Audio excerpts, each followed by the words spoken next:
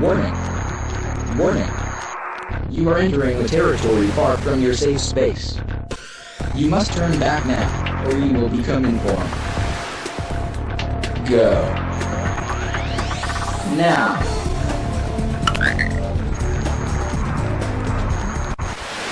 Minneapolis and St. Paul are under the leadership of two new mayors. Jacob Frey and Melvin Carter both took the oath of office today.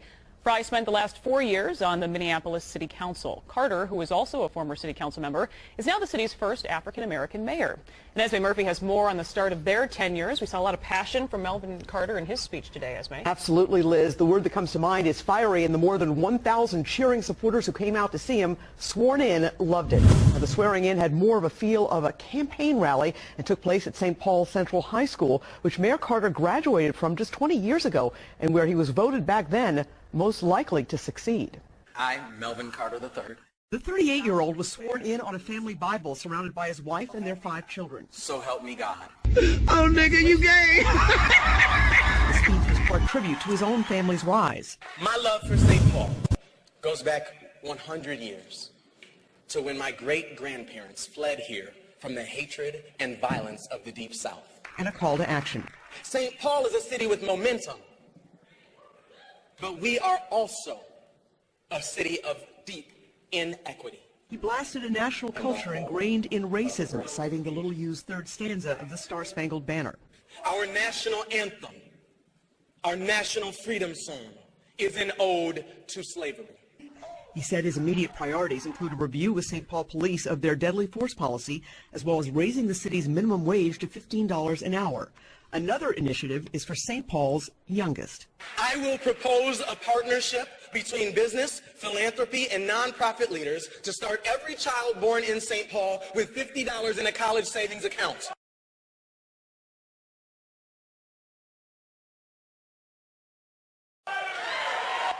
The mayor repeatedly noted he was back at his old high school. Is Central in the house? Saying he could never have imagined this moment. As we decided where to put this celebration, it became really clear really early that this was the only place to do it. With CPS's billion-dollar deficit, put that in quotes, they can and will eliminate more teaching positions and other jobs. And who will be impacted the most? Teachers of color, teachers of color, teachers of color. That's racist! Tenured teachers and older, more highly educated employees. And where will this impact be felt the most? In predominantly African-American communities. What's wrong with you, black women? And when are we going to ever address the element in the room, the big elephant in the room? That's a huge bitch. When will there be an honest conversation about poverty and racism and inequality that hinders the delivery of an education product in our school system? When will we address the fact that rich white people think they know what's in the best interest of children of African American and Latinos, no matter what the parents' income or education level? And when did all these venture capitalists become so interested in the lives of minority students in the first place? When we learned how often they become thugs and criminals, and when we see how poorly they are raised. There's something about these folks who love the kids but hate their parents. There's something about these folks who use little black and brown children as stage props at one press conference while announcing they want to fire, lay off, or lock up their parents at another press conference.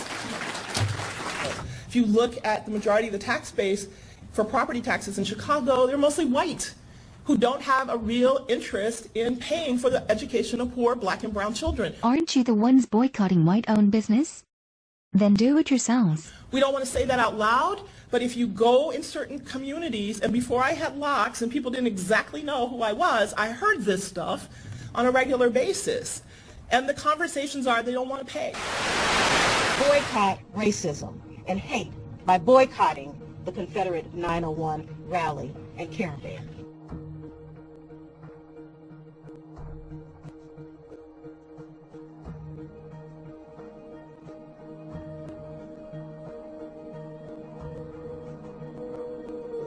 Let's not give Confederate 901 or groups like that who believe what they do our time or energy.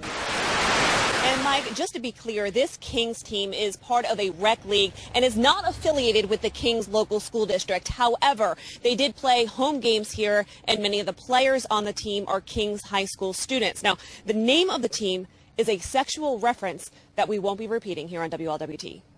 The team in white clearly marked West Claremont. The boys in blue, well, we won't be repeating their team name.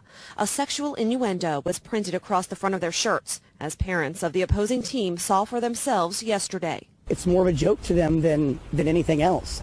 Printed on the back of the shirts, instead of player names, was something that stirred even more anger at West Claremont yesterday. Words that some considered racist.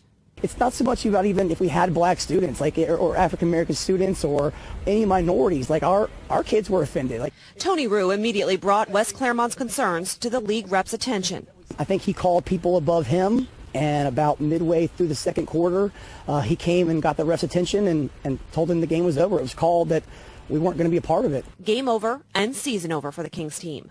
Cincinnati Premier Youth Basketball League said in a written statement today, the actions and conduct of the team did not comply with our stated mission and expected standards, and that team has therefore been dismissed from our league. Kings was 4 games into the season, which leaves opponents scratching their heads. And these jerseys went from a design to a print to paid to worn, and then laughed about for the hours after. How did it get this far?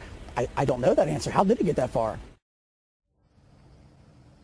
Now, the coach, Walt Gill, initially told me on the phone that this whole thing was getting blown out of proportion, but later this afternoon he released the following statement saying, "We sincerely apologize to anyone that was offended by the jerseys. We offered to cover them up or change, however the league saw fit to remove us, and we have accepted that decision." Now, I should mention, the gentleman I spoke with talked about it be a joking manner. There is a teenager that keeps going by holding up the name of the team, laughing, but the Kings School District did say it condemns any type of hateful or racist commentary. Reporting live in Kings Mills, Karen Johnson, WLWT. Sharice Middleton is the Kings Division Coordinator, and she released a statement saying Kings rec basketball for grades 7-12 does not in any way support or condone the uniform infractions that occurred. We strictly follow and support the rules set out by Cincinnati Premier Youth Basketball League and fully support their decision to remove the team from play as well. F that. This is more than a uniform infraction. This is racism. What do you mean uniform infraction? Not tucking in your jersey is a uniform infraction. Having a logo on your jersey you're not supposed to have is a uniform infraction. This is racism in its purest form. Then the coach of the team puts out that apology. We sincerely apologize to anyone that was offended by the jerseys. We offered to cover them up or change, however the league saw fit to remove us, and we have accepted that decision. Dear Coach Walt Gill, shut the F up forever. All right, they ain't covering up or changing, Vic. You mean to tell me when your kids came to you with this idea, you didn't tell them? Hell no. You mean to tell me that you didn't think a group of young white kids going out there with Negro on the back of their jersey and Coon on the back of their jersey, you thought that wasn't going to offend someone? See, Queen Michelle Obama said when they go low, we go high, but Charlemagne the God says when they go low, take it to the floor with them. And this is exactly why I will never stop calling white devils white devils. Okay? All white people aren't the devil, but the ones in these jerseys are young white devils too. See, when they display racism like this at a young age, I call them cracker-ass crackers in training. That's racist! All right, this is bigotry under construction, ladies and gentlemen, but this can be reversed. Oh, they can absolutely unlearn whatever they were being taught at home. All it takes is one away game in a predominantly black district in Cincinnati. I guarantee that Jamal and them who play for the undefeated Cincinnati Cracker Crushers have not played the Wet Dream Team. Okay, I want to start a league in Cincinnati right now. Red, black, and green are the colors. Name of the team is the Triple C, Cincinnati Cracker Crushers, and we're not even going to go low and have racial slurs on the back of our jerseys. We're going to have names like Mohammed, Zulu, X, Tamin, Obama. Oh, nigga, you gay. No. All the names that strike fear in you racist bigots. And the white dream team better have that same energy and come in there with racial slurs on the back of their jerseys to play my guys. Oh, my bad, to play my guys. Outrage over a video taken at a junior high school house party showing kids appearing to chant the N-word. The school says they were just singing along to a popular rap song, but not everyone is seeing it that way. And it's causing quite the debate on campus. Team 12's Ryan Cody spent the day there and joins us now with some pretty heated reaction. Ryan? After school, several students here telling us that the teenagers in that video are 8th graders here at Santan Junior High, and that racially charged post is what everyone was talking about as they came back from the Martin Luther King Jr. holiday. It's so bad we can barely put this post on TV, but the video is dominating discussion at Santan Junior High. The district is condemning the actions of these students caught repeatedly shouting a racial expression on social media, saying in a statement the video is, quote, creating conversation of concern in our community, and in some cases, backlash to the individuals who are associated with the incident. Also saying the teenagers were reciting a rap song by Rod Digga and Young Z. I'm pissed off. Jeffrey Mobison is angry because his daughter goes to the school. What does it mean about the student body? What does it mean about kids that, you know, she never had an inkling could believe in these kind of things or say these kind of things? But his real anger is mostly about the response, which he says is an attempt to rationalize the actions with a popular rap song. But after a quick YouTube search, we're finding those students might not have been singing that song at all, rather a different one by a well-known white supremacist. Fuck all those niggers, man. Martin Luther King deserves to be killed. Fucking nigger. This fuck those apart of shit, man. Fuck those niggers, man. Fuck all niggers. Fuck all niggers. The song. That. The you just Chandler school system telling you that was some other song. That's the song. A fuck nigga. I swear to God I cannot stand a fuck nigga. That boy plotting up on my juicy is a fuck nigga. It took me 10 seconds with Google and YouTube to find that this is the song. All niggers, fuck all We sent the niggers, district a link to that white supremacist song, which, by the way, has over 73,000 views on YouTube, and we're told the situation is now under review. In Chandler, Ryan Cody, 12 News.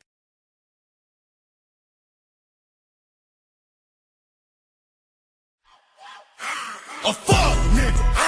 I swear to God I cannot stand a fuck nigga. That boy plotting up on my juicy is a fuck nigga. They told me stop saying nigga, you is a dumb nigga.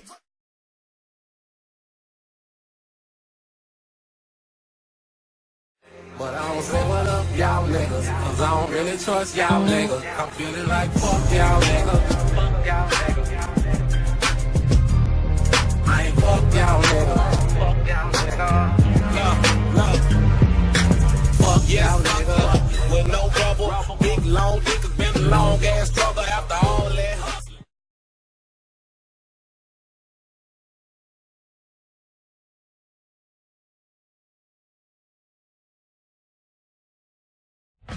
Shame on the nigga who tried to run game on a nigga who's buck wild with the trigger. Shame on the nigga who tried to run game on a nigga who's bucks our fuck ass up. Yo, hot one, hot two, hot three.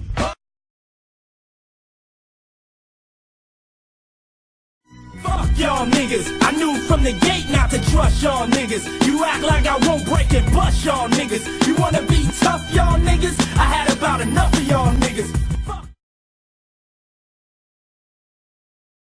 Fuck y'all niggas out, murder y'all niggas, body y'all niggas, clap y'all niggas, Superstar J. Niggas out, cut y'all niggas, fuck y'all niggas, touch y'all niggas. Bring it back. Bring it back.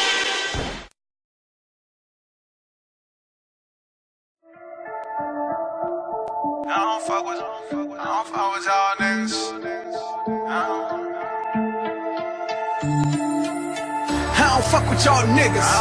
Cause y'all niggas just like me. Lucky it's all just business. I don't ever really take shit personally. I don't take it personally.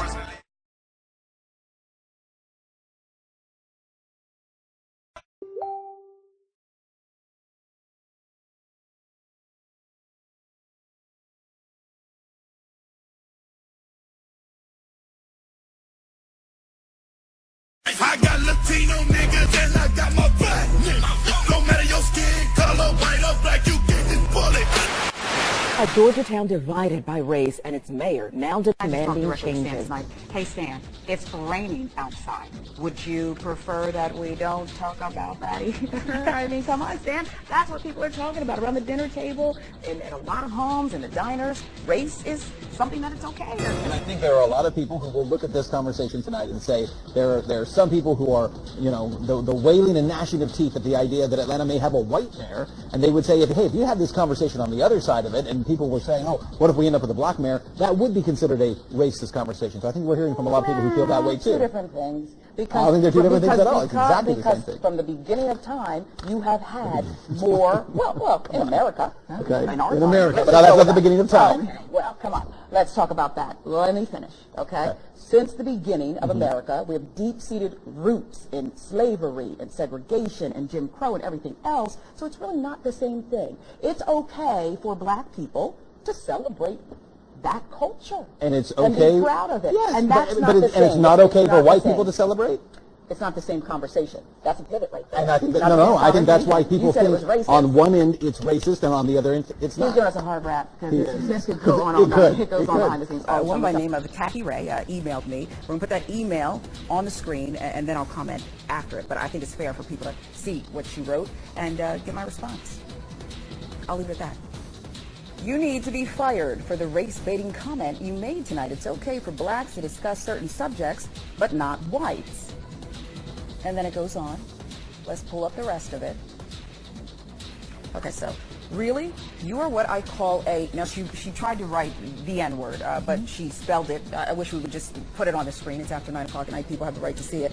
She wrote N-I-G-E-R, not a black person. You are a racist, N-I-G-E-R. You are what's wrong with the world. And so I would say to Kathy a couple of things. Number one, you mischaracterized what I said. It's not the same conversation. It's not the same conversation. It's not the same conversation. I didn't say that white people couldn't talk about race. Quite the contrary. We think that race is an authentic discussion to have. It's one we're having tonight because it's one many of you are talking about at home. And it's one that has clearly entered the Atlanta mayor's race. And that's why behind the scenes, my colleagues and I, white and black, we decided, hey, let's go for it, right? Because we do try to keep it real here. And I think we do a very good job of it. It's not the same conversation. So I think when arguing with somebody, you have to be careful not to mischaracterize their viewpoint. It's not the same conversation. I won't mischaracterize your view either, Kathy Ray. I get it. On December 5th, 2017, you think it's okay to call this journalist a Nigga, please. I don't. But I could clap back Don't let and me say a get few the things clapping, to you. boo. But instead, I'll let your words, Kathy Ray, speak for themselves. And What's wrong with you, black women?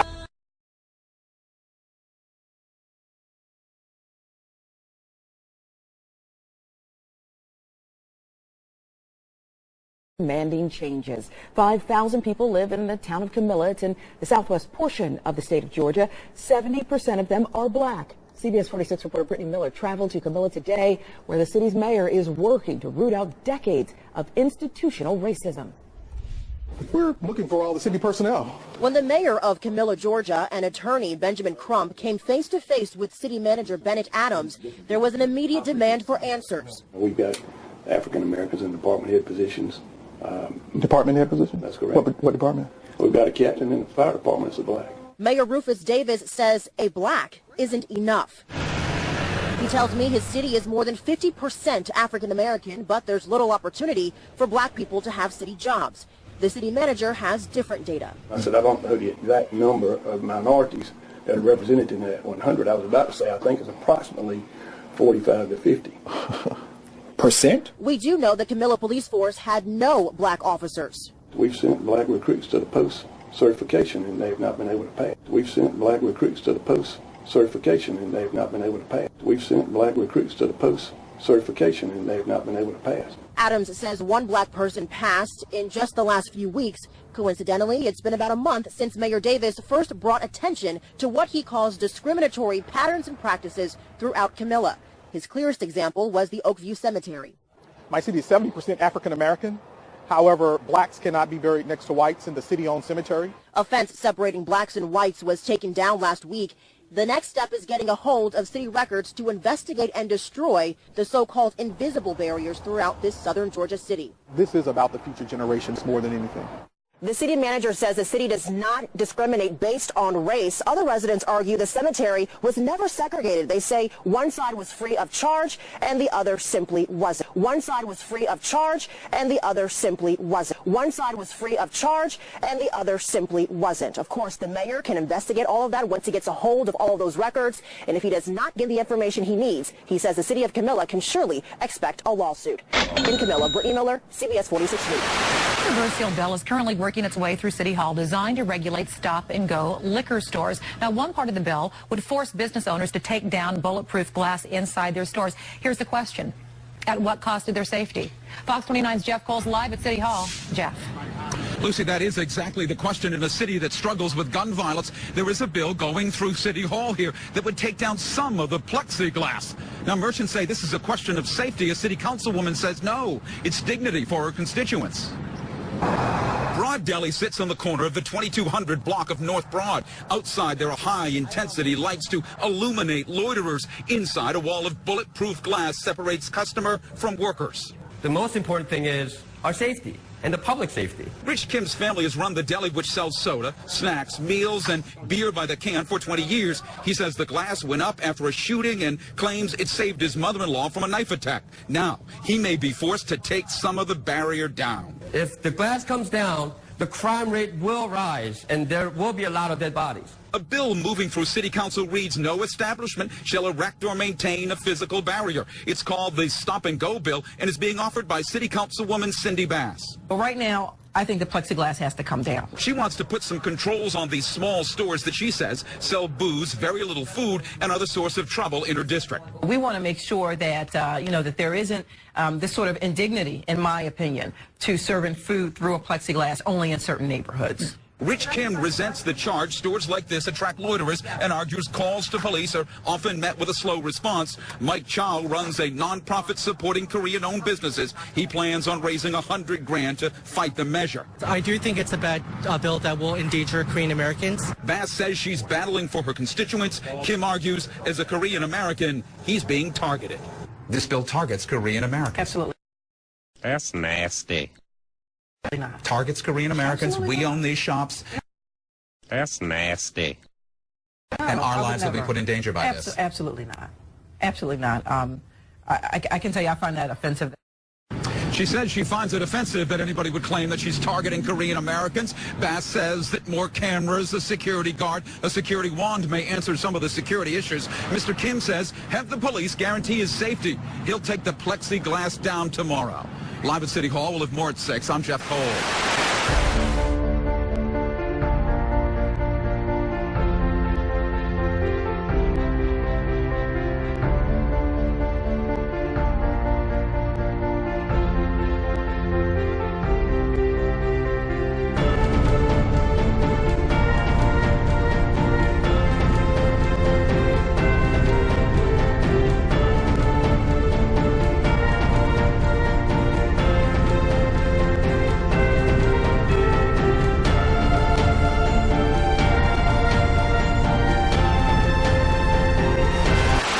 The University of Alabama student seen in these Instagram videos using racist language is no longer enrolled at the school. The Instagram videos show Harley Barber using the N-word multiple times. Also references the Martin Luther King Jr. holiday, saying she's from New Jersey, and makes reference to people reporting her to her sorority because of her comments. The sorority dismissed her, we should also add.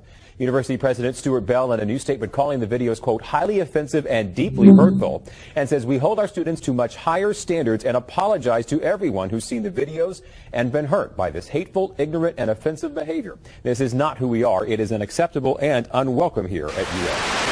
On President Trump, and you have no argument. The fact that he's going to get a deal done on DACA, that he's trying to get a comprehensive immigration reform done in a way that Obama couldn't, in a way that Bush couldn't. But you know what? President Trump is going to get that done. But the political left is going to immediately to the personal. Hang on, one second, because we just heard from the president. Anna, wait. We just heard from the president. This isn't about you and me. You can't even sit there and watch the president's own words without calling John Berman and New Day ridiculous, because you don't even have the face to be able to look at his own words. This program isn't putting words in his mouth. They're quoting him. That's him on video. Anna, those are you're his melting. words. He has been a Anna. racist his entire life. Oh no, I'm not melting. I'm not a snowflake. You know guys, what I am? it's not even springtime. Hang on, Jason, Anna, hang on one second. Hang on one second, Anna. The president just... Jason, I don't say that you look like a buffoon trying to make sense of what this man is saying. This is about Donald Trump being a racist. I don't care what you say. You should give him some credit. Jason, Anna, hang on. The president just put out a statement. The president just put out... Hey folks, Matt McGorry here, MLK Day 2018. I hope everyone's having a wonderful day. I'm here because I'd like to share a message of a lesson that I learned a few years ago. Actually, it happened a few years ago and didn't learn until a bit later, on MLK Day. I shared the quote, darkness cannot drive out darkness, only light can do that. Hate cannot drive out hate, only love can do that. I shared that quote on social media, and I saw a comment in my comment section from a woman of color who said, why do white people always post this quote on MLK Day? I remember feeling very defensive, thinking, how could this person disagree with the fact that I'm posting a quote about love from MLK? The thing that I didn't realize was white people often only post quotes like this that are apolitical, and then we refuse to engage in a critical way with white supremacy. So the lessons that I learned about Martin Luther King throughout my life, at that point in my life, about 3 years ago, when I would have considered myself a sort of a liberal but not necessarily a political person, was that Martin Luther King just talked about, you know, kids holding hands and did these things that dismantled certain systems that were in place then, but I was not aware of how they were in place now, right?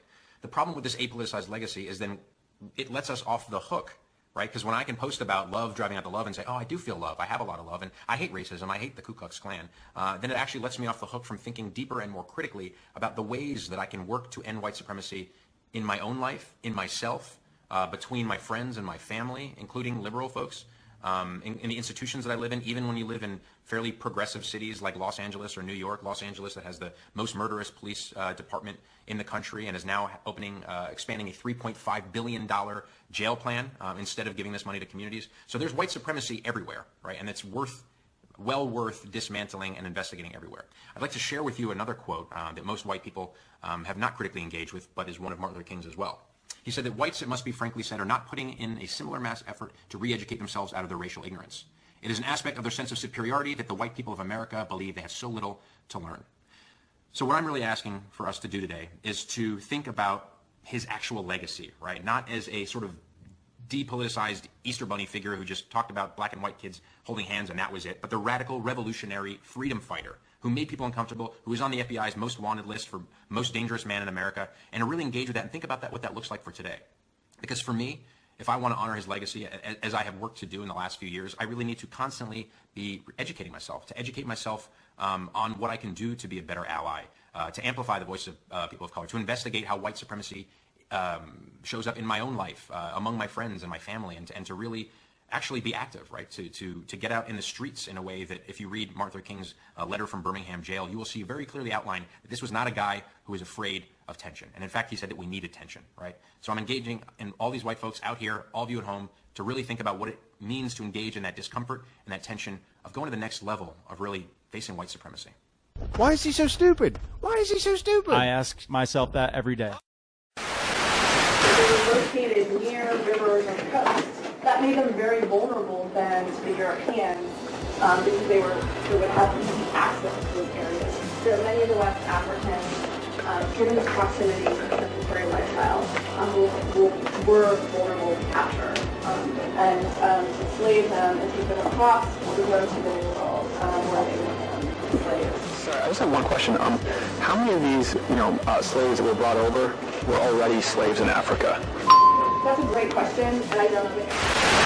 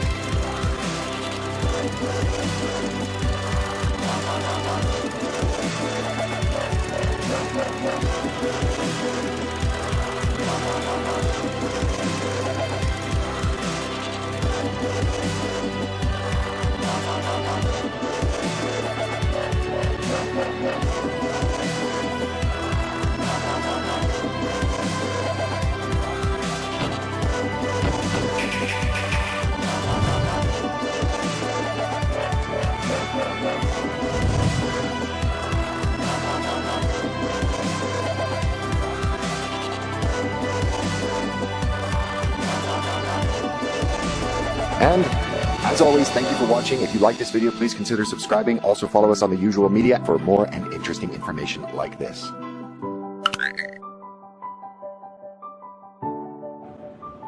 Fight their asses.